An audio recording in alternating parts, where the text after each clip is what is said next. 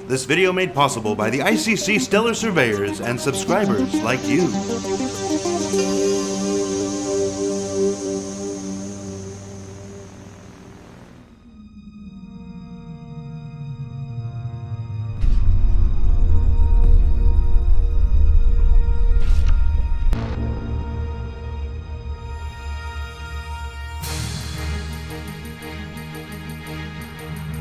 Hey everybody, welcome back to Around the Verse. I'm Sandy Gardner. I'm Ben Lesnick. This week in the ATV Interview, part 2 of our sit-down with Tony Zurovec, where he talks about 2.1 and beyond. As senior technical designer Rob Reininger sits down to talk about level design in Star Citizen, including an early look at Nyx. But first, it's all about live streams, and more live streams. Live streams! Yay, live streams! We've been streaming day in and day out for the past week or so. On Friday we had RTV, and Saturday we did the Wing Commander 25th anniversary live stream. How long did that go for? Went on for about 10 hours. Secret Missions 1 is very, very hard. Chris stopped by to say a few words. Check it out. What do you have against the Vega system? Nothing. They were just noting earlier that if you live in a Chris Roberts universe, don't buy a house in Vega. Don't buy a house in Vega. Yeah, it just happens to be one of the closest systems, and I think we sort of fictionally put, sort of a lot of what was happening in Wing Commander there, and then of course we had to do the same for Squadron 42. Yay, I was busily cleaning up in the background. Yes, you guys should. It was very impressive seeing Sandy's handiwork. And of course, we had another live stream on Wednesday with the Los Angeles design team answering questions for subscribers. And tomorrow we'll have another RTV. And then next week is the Big Potato, the holiday live stream featuring all sorts of exciting reveals and new information that we are looking forward to sharing with you. Where are we shooting ATV today? Did you forget where you are? Yeah, I did. Because... Okay. No, this is, we're here in Studio 42 in Los Angeles. Sets are still under construction, as you can see around us. They are coming together very well, and we are looking forward to showing them off once they're done. We are. And of course, Star Citizen Alpha 2.0 continues its testing on the PTU. We have had several other iterations on the PTU patched. Folks are helping us locate and squash bugs, and it's going very well. We're hoping to go to live very, very soon. If anybody would like to crew up with me. I will crew up with you anytime. Right. Yay. And did you see that there are 2 polls on MMOgames.com that Star Citizen is a part of? I did. It's that time of year where everyone picks their various best of lists, and MMOgames.com is running a poll for best MMO, our most anticipated MMO, best crowdfunded game. And you can please vote for us. Let's get the word out. With that, let's check in with our studios around the world for news from around the verse. Yay!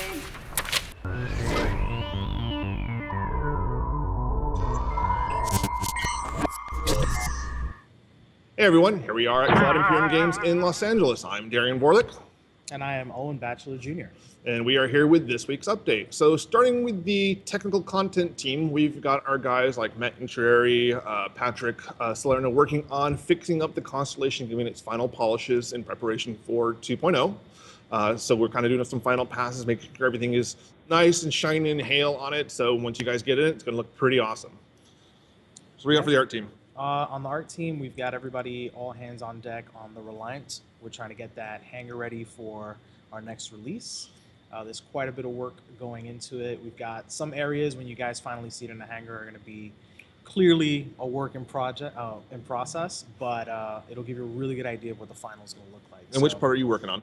Specifically, I'm working on the pilot chair, so Okay. redoing that. But we've got Daniel Kamensky, who did a lot of the interior parts of it, and Gage Hallman, who also did parts of the interior for it. So we've got a lot of people, putting an effort to get that done. And finally, on the tech design front, we've got Calyx doing final balance passes for 2.0, especially on the EMP. So we've been kind of looking at some of the feedback regarding how players have been using it, and we see some tweaks that need to be made. But also we've started on plotting out what we're going to be doing for balance on the next patch as well. So definitely keep that feedback coming in. It is very, very useful for us. So I think that's all we got from Los Angeles. So once again, I'm Darian Vorlick. Elwin Batchelor Jr. Have a good one, guys.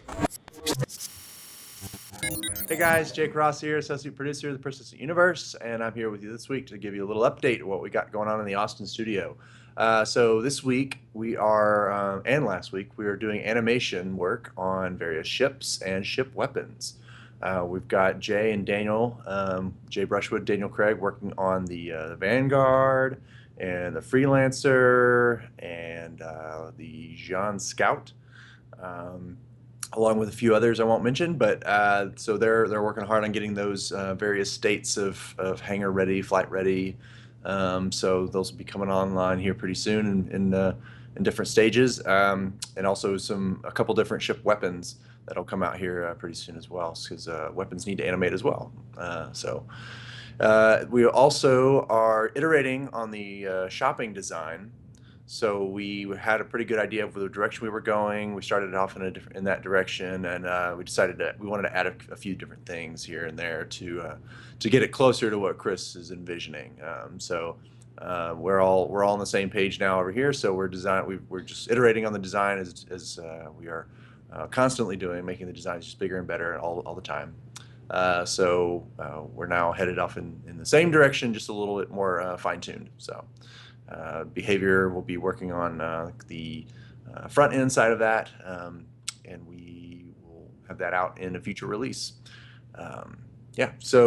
Another thing that we're doing is we are establishing our tech content team, headed up by Sean Tracy. So what this is basically just an effort to kind of consolidate our tech artists, our tech animators, and our riggers into one big team across the company. We have various developers in LA, in Austin, the UK, and Germany that all kind of fall under that banner, but have always kind of acted as islands, like in their own little studios. So Sean Tracy's heading up a new technical content team where he will kind of join forces with all these guys and kind of give them a little bit more trajectory that kind of aligns with everyone else. So they're not just islands, but they're a force that's moving in one direction. So it's an exciting time, and so we're developing a roadmap for those guys so that everybody's kind of on the same page there. So I think that's all I got for you this week. Thanks, guys. See you around.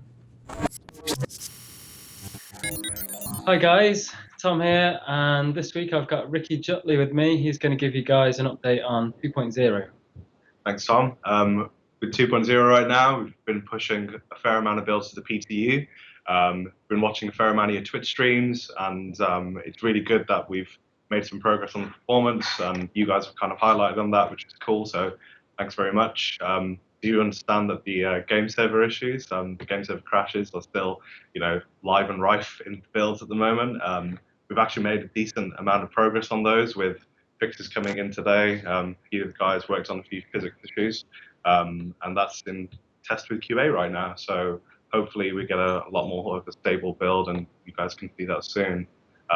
With the Twitch streams at the moment, been really impressed and really enjoyed a lot of the videos that we've seen. So you guys have been using a fair amount of the new mechanics. Saw guys using the Avenger, for instance, and EMP taking out a fair amount of the other ships in that proximity and then strafing up and absolutely obliterating them.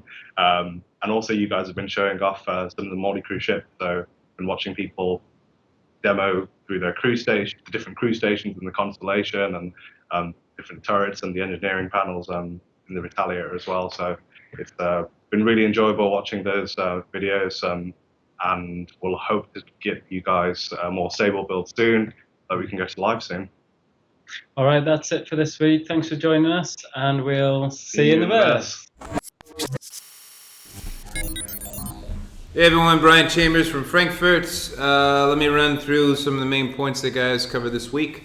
On AI front, had two main areas we were looking at.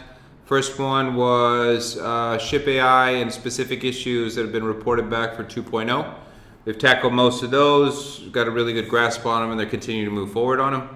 A couple more left to tweak. The second sprint that's running was the first version of FPS AI encounter communication. Allows AI to respond to each other. One spots an enemy, makes the others aware. Also other detail, like when they hear a fire, hear gunfire or something somewhere, they start hanging out, they know what direction and so on. So that's pretty cool. It's good to see that progress. On the design side, they're continuing to work on smuggling career, weapon designs, some new ones we're playing with, and prefab missions for PU. On the weapon side, Toby's been finalizing work on LODs and textures for the S4 size Apocalypse Arms Gatling gun. It's always a mouthful to say. On cinematics, we're continuing to refine the overall pipeline. Always pushing things a little bit more to help improve quality, get things in and out of Mobu, Maya, and so on, and that's going well. We're also starting to tear through the cinematics a little bit more now on a granular level to start lining up dependencies a little bit better so we can work more efficiently. On the engine side, a lot of focus around stabilization to 2.0. The new things that we're pulling in and rolling out to you guys. Obviously, as you do this, you encounter new issues. So we have a good process in place right now with all the testers. It's been helpful for us to be able to go in fairly quickly, identify the issues, and get those addressed to get back out to you.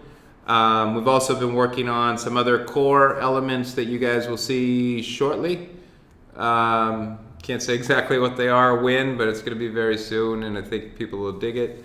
Overall, as far as the office goes, a good amount of candidates are coming in. Ton of resumes are flying in recently in the last week. I think last week we had a few on-site interviews, so staffing up really to hit the other main areas that we need for Frankfurt to be able to take on the responsibility that we're kind of handed. So that's about it. We got other people obviously with VFX doing stuff, our environment artists doing stuff, and so on. We'll go into more detail week after week. But thanks again for all your support, and see you next week.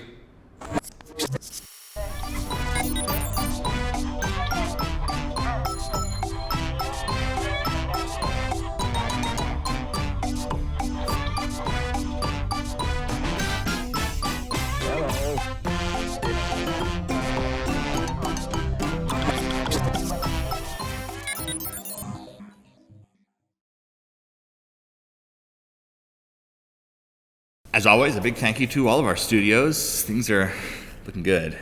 And now let's check back with Tony Z in the second part of his interview from last week.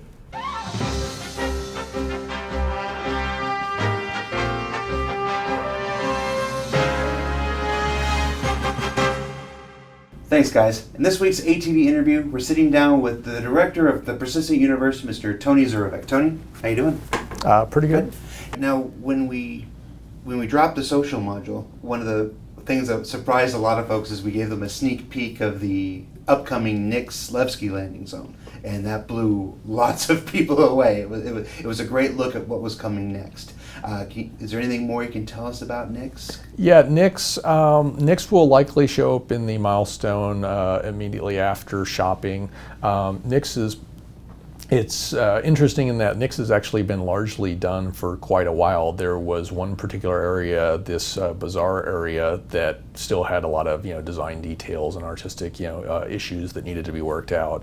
But with those now resolved, production is proceeding at full speed on it, and we expect to have that done fairly soon. And so we should actually be able to spend quite a bit of time refining and tweaking and ensuring that the performance is at the level that we actually want before we release it to the community. In other words, the actual build out of the level is going really, really well at this point.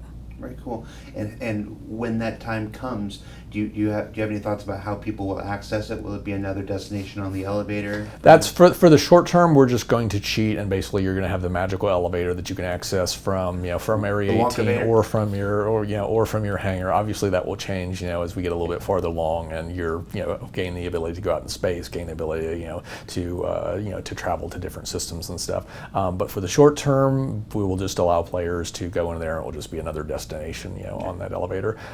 It's actually Nyx is really interesting from my perspective for a variety of different reasons, one of which is that it actually gives us the ability to have three completely distinct functional areas. And what I mean by that is when you first land in Nyx and you come out and you go through customs and you basically go down to the main area, there's law and order, there's security, it's all well maintained, all the lights are on, there's security guards, there's civilians going about their business, there's shops in which you can do business, etc. There are hints internally that you're within an asteroid. That's you can see that from windows that give these beautiful views of the outside. You can tell because some of the ceilings there was no point to basically building dedicated roofs and ceilings and all that type of stuff, and so you can actually see big huge chunks of still exposed asteroid stone. Rock, metals, etc., just hanging throughout various areas. But in general, that area actually looks, it looks very modern. It looks very built out. It looks like what it's supposed to be, which is an area that people, did a lot of business. They actually, conducted a lot of business in that area. As you start to move, down various, corridors and passageways away from that central area, you'll start to encounter what we call, it's a more dangerous zone. Basically, it's an area that's no longer officially utilized by the political and civilian classes of this planet, and it's been overtaken by more questionable types. There's much more crime there than you would ever see in the central area of the city. There's no security to discourage it. There are obviously just some hard luck cases out there. You'll see things along stuff that's fallen into disrepair, lights that are flickering, not working, control panels that no longer operate, doors that are half stuck open, that type of thing, to where it looks very similar, conceptually to the central area, except it looks like it hasn't really been, properly maintained for, for a decade. Then, if you continue proceeding even farther, you'll get into what we call the excavation areas, and this is where, once upon a time, decades earlier, when this was an area that they thought was going to be a booming mining area, they were clearing out all sorts of, new caverns, drilling them out, etc. And the idea was they were eventually going to put in, all these control rooms and storage facilities, etc., and all of that construction, stopped very quickly when they decided that, given the surveys that they were doing, that it was going to be way more difficult to extract sufficient value to warrant all of the investment being made, and so the original inhabitants of Nyx took off, and all of the whatever you want to say. Construction equipment that was left behind. That was all left behind, and basically this more politically oriented, population gradually moved in, and basically what you wound up with is a populace that tends to be a little bit more, radical in their, overall, political beliefs versus the mainstream, and this, manifests itself in a number of different ways. Some of which is the fact that they're not willing to basically, go and try to make a concerted effort to clean out crime in the distant areas of Nyx. They'd really rather just, cordon it off and prevent it and keep it over there. So it's not their, it's not their problem to solve. And so these back areas, these excavated areas, are really particularly interesting because there's no infrastructure within there at all. There are no ladders, there are no stairs, there are no lights. It's really just you're going through caverns. There's a very organic feel, fungus on the walls, dripping water, things of that sort.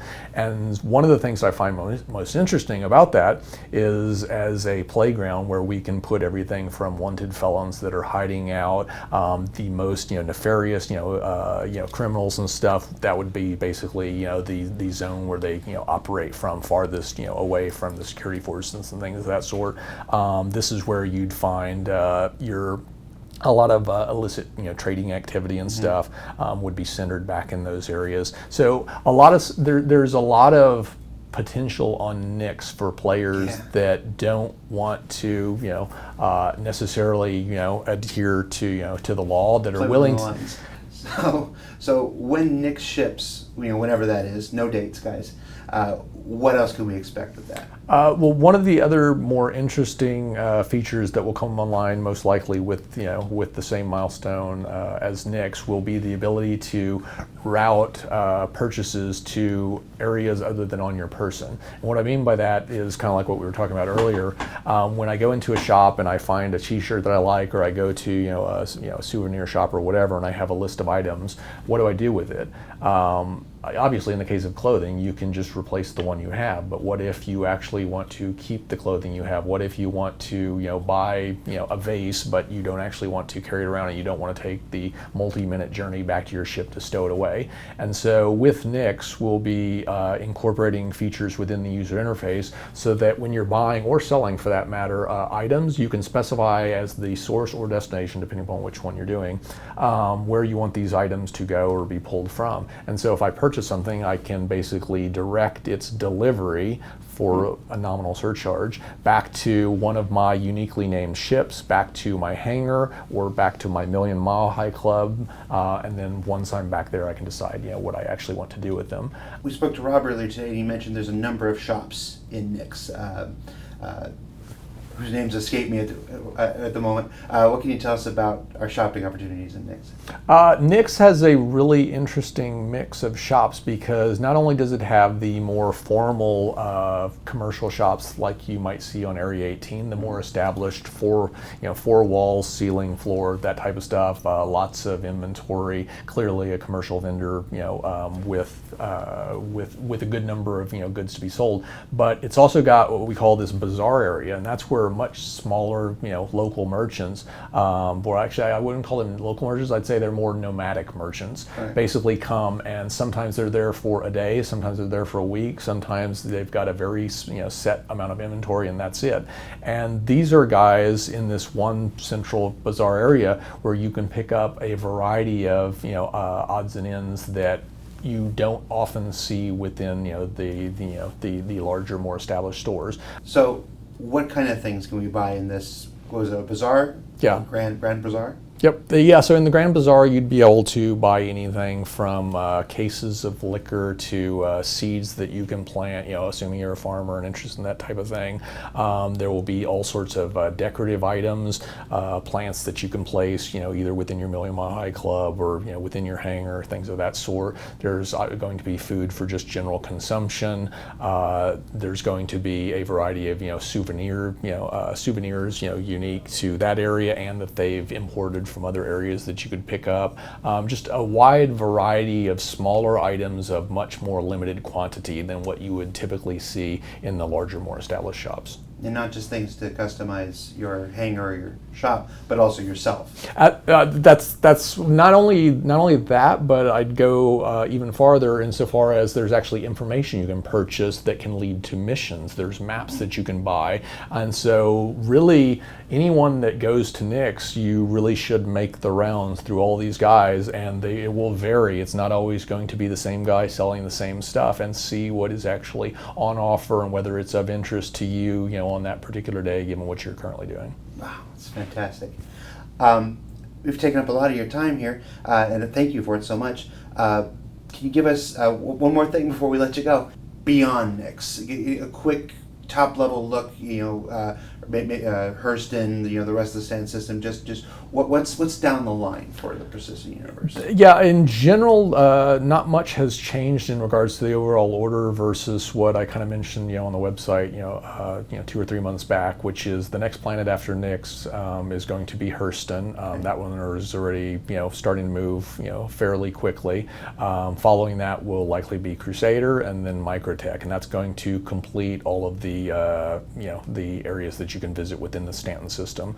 And what this does is it basically gives us, the reason why we've adopted this approach is it gives us a lot of different areas within the same system to where we can get the balance, the balance of trade, the balance of combat, the balance of missions, all of this stuff perfected, refined, before we start to expand out to some of these other, to some of these other systems. It allows us to try to get, the formula narrowed in enough so that we minimize the amount of wasted effort as we basically start to go really, really wide with the implementation. And in addition to the landing zones, the next big thing post the Nyx milestone is going to be AI. And AI, there's still going to be a very dedicated, discrete milestone to where you'll see a quantum leap in terms of advancement.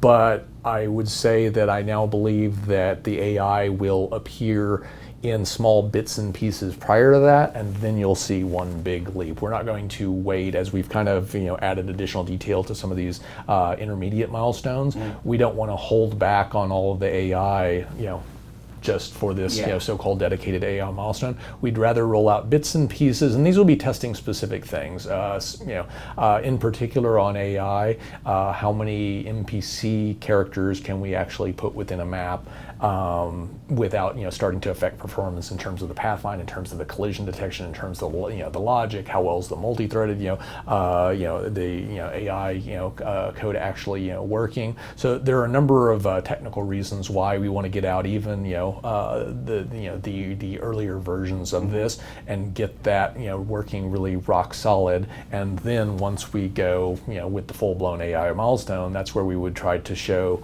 not only what we can do with the system, but we would like to put 80, 90, 100 plus NPCs into a single landing zone and still have the performance be such that players on good, if not absolutely state-of-the-art machines can still have a completely enjoyable experience. And that actually brings up one other thing, which is we've made loads of progress with regards to some of the problems that we were facing a while back, and I think that very shortly, possibly with the Million Mile High Club, we're going to wind up kicking the 25 player limit of Area 18 up to 40 players. Right now it's very close. I don't know if we'll flip that switch for the 2.0, for the 2.0 Million Mile High Club one, or whether we'll hold that back for shopping. But one of those two milestones will include a fairly significant, a 60% increase in the number of players that we're going to allow walking around in those environments. It's on our side right now, it's looking amazingly good in terms of how much progress has been made in a relatively short period of time. We've got people, from all over, from all the different SIG studios touching different pieces of this, and it's really been amazing how quickly, some of these very large-scale technological changes have come together to allow us to basically start ramping that up. And I would expect the focus on that to just continue, so that by spring, by summer, et cetera, it's like we want to just keep iteratively, increasing the number of players and NPCs that you're going to be able to put into one single map. It's exciting. There's no other word for it. It's really exciting. Tony, thank you so much for taking the time to sit down with us. Is there anything else you want fans to know before we let you go? Actually, the only thing I would say is just I always appreciate all the kind words and the constructive criticism that you see within the forums. I think I've read so many emails in there to where you'll see somebody stating something along the lines of, and I don't think a developer or whoever is ever going to read this and da da da da. And I've read so many of those, and I don't usually respond, but I actually but I do read a whole lot of them. Yes, I can attest. Chris and Tony and Aaron, they read the forums, they read the Reddit, they read everything, because then they send us stuff. I'll get an email at 2 o'clock in the morning. Chris will go, "This is a pretty good link." And I'm like, "Chris, why you're reading the forums at 2 o'clock in the morning and you're sending me links?"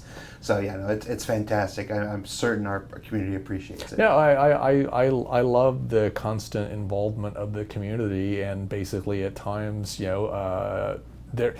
it's funny because sometimes you're doing stuff in an intermediate fashion just because that's the way the technology comes together, and so that this is just a temporary solution, and you'll have people calling on and go, "Well, this is not going to work for this reason." It's like, and there's been so many times where we're just like, "I agree." You just got to wait a little bit longer, and we'll be getting there.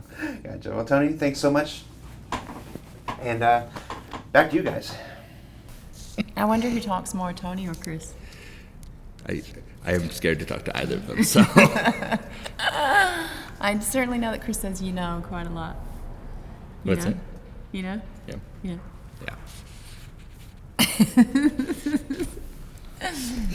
Next up, Jared sat down with senior technical designer Rob Reininger for a behind-the-scenes look at the creation of Nyx.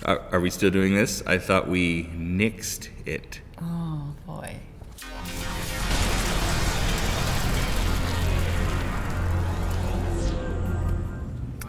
Thanks, guys. On this week's ATV Behind the Scenes, we sit down with senior technical designer Rob Reininger, who's going to take us on a brief look at the Nyx Landing Zone. Rob, how you doing, man? Good. How you doing, man? Good. Now, you work on a lot of things for Star Citizen. A few, yeah. just a few. I see your name in my email quite often. But today we're going to take a look at some of the early layout stages, layout planning stages of the Nyx Landing Zone. Yeah, absolutely. So you got the wheel. Take us into it. All right. So Nyx is obviously a very big place, but what we're showing you right here is really the focal point of the landing zone. Every landing zone's got a landing pad, got a customs area, some of those core elements. But this is what you see outside of that, right? So we need to figure out what all that stuff is, how it's laid out, whether or not it's going to feel good before we actually spend millions of dollars actually building it out. So we start here in Visio, where we kind of create a grid that represents our actual world space. So in this case, each square here equals 4 meters, as you can see. So we just start laying out things that we think will be cool. In this case, this is kind of like the main reveal. As every level has this kind of moment where you turn a corner and there's the level in all of its grandeur. And so this is that point in this level for us, or for Nyx. This is like a multi-tier. It was a hollowed out place that they used to work on like really big machinery here. And it's been over the years kind of rusted out and broken down, and over time people have populated this once abandoned kind of mining station that's on an asteroid out in space. So there's a lot of remnants of that stuff left in this area, and they've converted it into kind of their central hub for their shopping, their kind of meeting places for just general everyday life that see a bustling city. This is that part of that. So what this area is down below is going to be a little more of like a flea market kind of feel, where it's we call it the bazaar area, just because there's a bunch of carts that people are kind of manning. They've kind of set up shop and they've taken their local goods. A lot of this stuff is touted as made here locally and homegrown or home brewed or homemade type things. So they've brought those things to sell to the rest of the people that need whatever goods and services they provide. Somebody here brews their own liquor. This is true. Yeah, okay. There's always the crazy guy that's making stuff in his garage. There's definitely a few of those people here. But yeah, this is kind of as you come in, see to the lobby here, right? You come in, you get this cool little overview where you're up top and you're going to be seeing down into this cool little busy market where lots of NPCs are kind of walking around looking at stuff and buying things.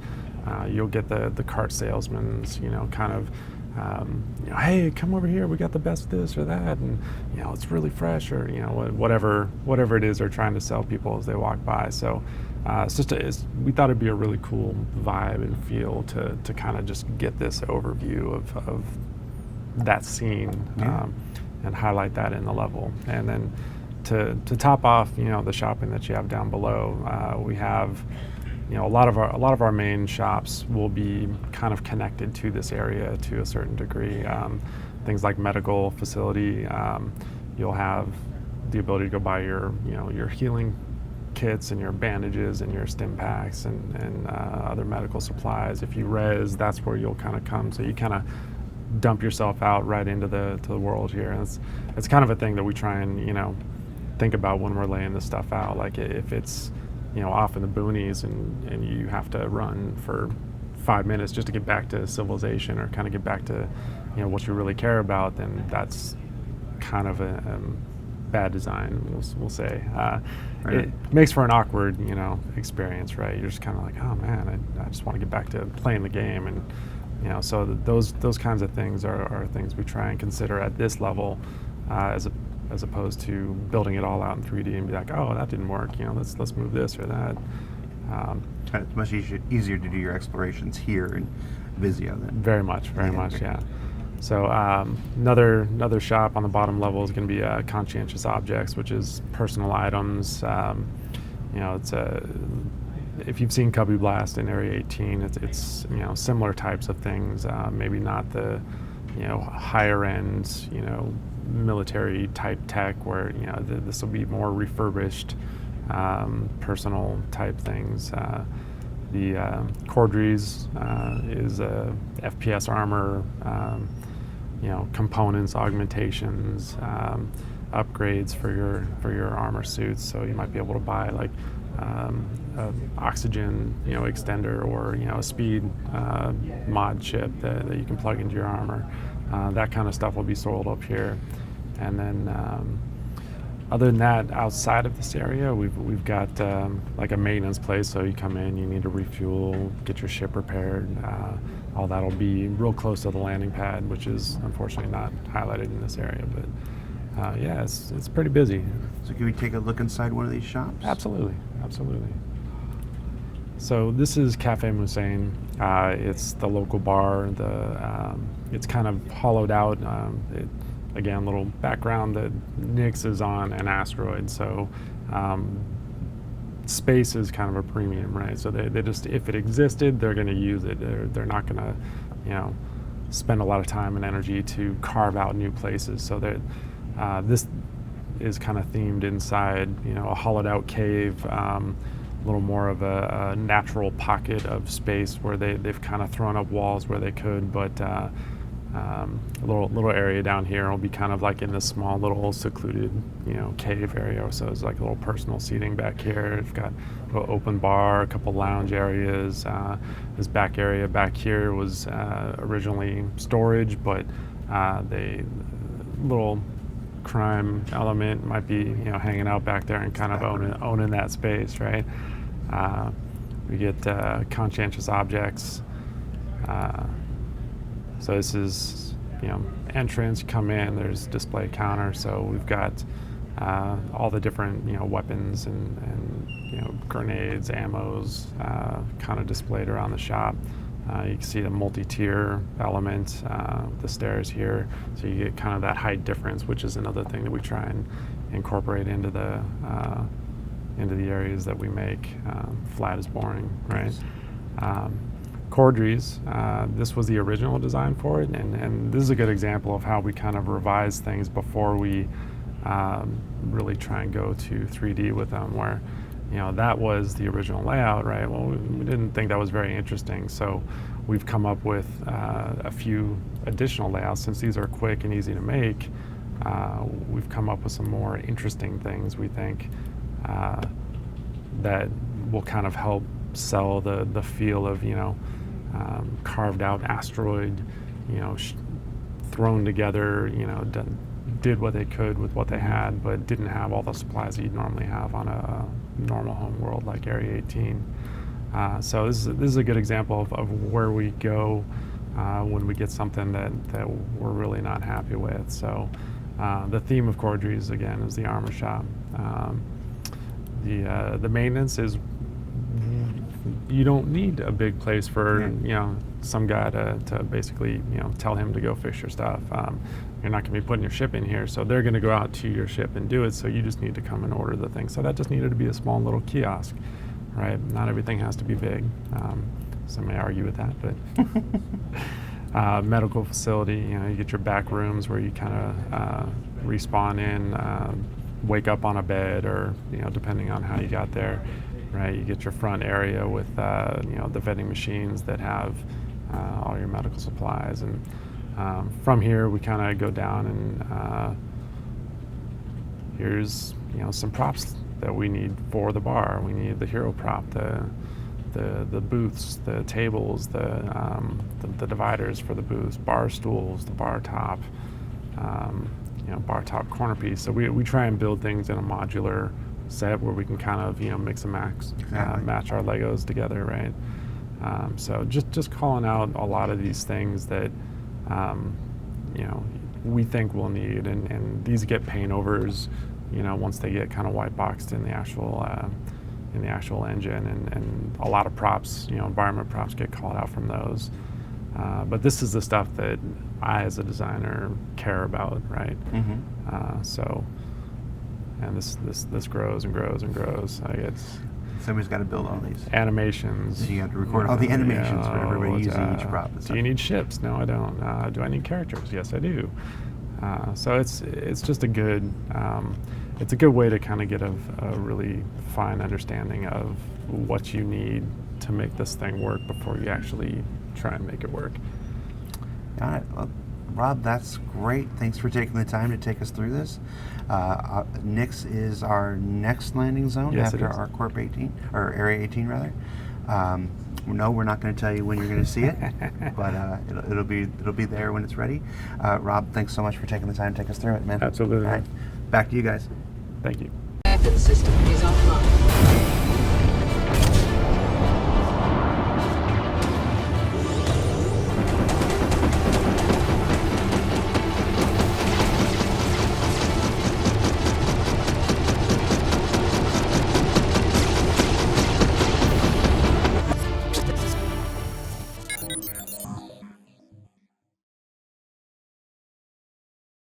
I really like Nyx. You will see me there.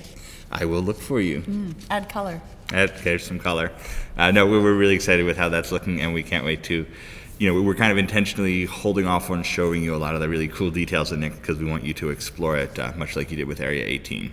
Last time you said orange, so come on, give us one more. Orange, red orange, yellows. They're The monthly report for November arrives tomorrow. Yes, as long as I finish editing it. So. Soon, TM. Soon, TM, yes. No, monthly report will be up tomorrow. It'll show you everything we did in November. And it's hard to believe we're already midway through December. It's time to start kicking off our December monthly reports.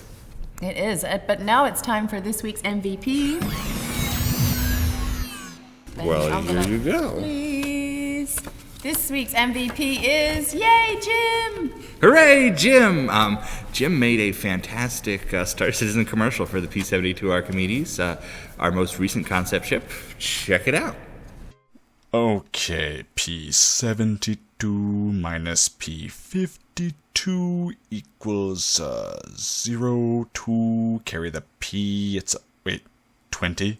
It's 20 more than the Merlin? That doesn't even make any sense. There's no frame of reference. That does. It's fine. But, you know what? Okay, never mind. Let's just do this. The P-72 Archimedes. Fly yours today. And finally, here's your art sneak peek.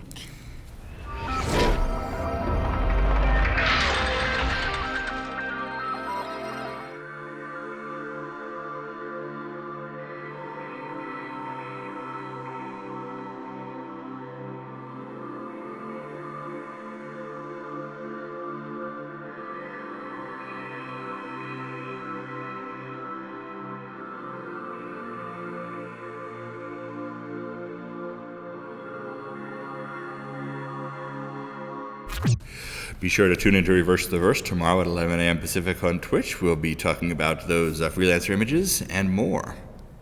And of course, thank you to all our subscribers for making this show possible. We will see you next week on the holiday live stream. Hooray! Yay! Streamers and party poppers. Whoosh! Santa might come. Yes.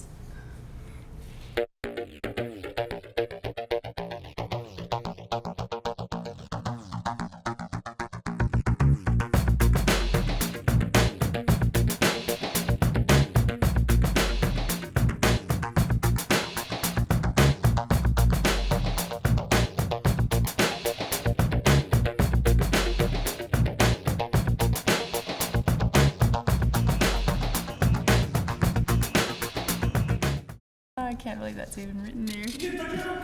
I did your joke. Merry Christmas, Disco Lando. Merry Christmas.